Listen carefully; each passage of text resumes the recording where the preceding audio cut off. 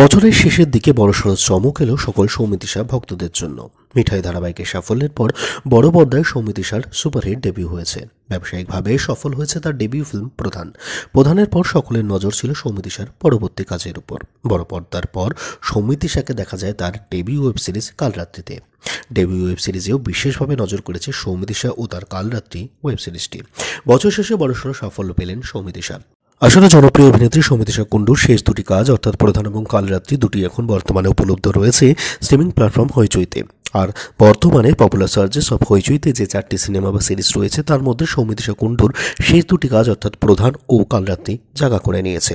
অর্থাৎ হইচইতে যে সকল সিনেমা বা সিরিজকে ওই প্ল্যাটফর্মটি ব্যবহারকারীরা বেশি খুঁজছে তাতে কিন্তু সৌমিতিশার শেষ দুটি কাজ রয়েছে, যা সত্যি বোঝায় যে দর্শক মনে সৌমিতিশা কতটা জায়গা জুড়ে রয়েছেন।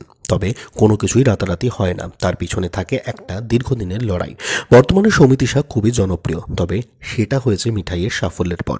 তার আগে কিন্তু একটা দীর্ঘ সময় যাবৎ অভিনেত্রীকে নিজেকে প্রতিষ্ঠিত করবার জন্য প্রতিনিয়ত লড়ে যেতে হয়েছে। 2016 সালে এ আমার গুরু দক্ষিণা সিরিয়াল থেকে অভিনয়ের যাত্রা শুরু করেন অভিনেত্রী। তারপর তাকে দেখা যায় জয়কালী, কলকাতাওয়ালি, গোপাল ভাঁড়, অলৌকিক না লৌকিক, কোনে বউতে।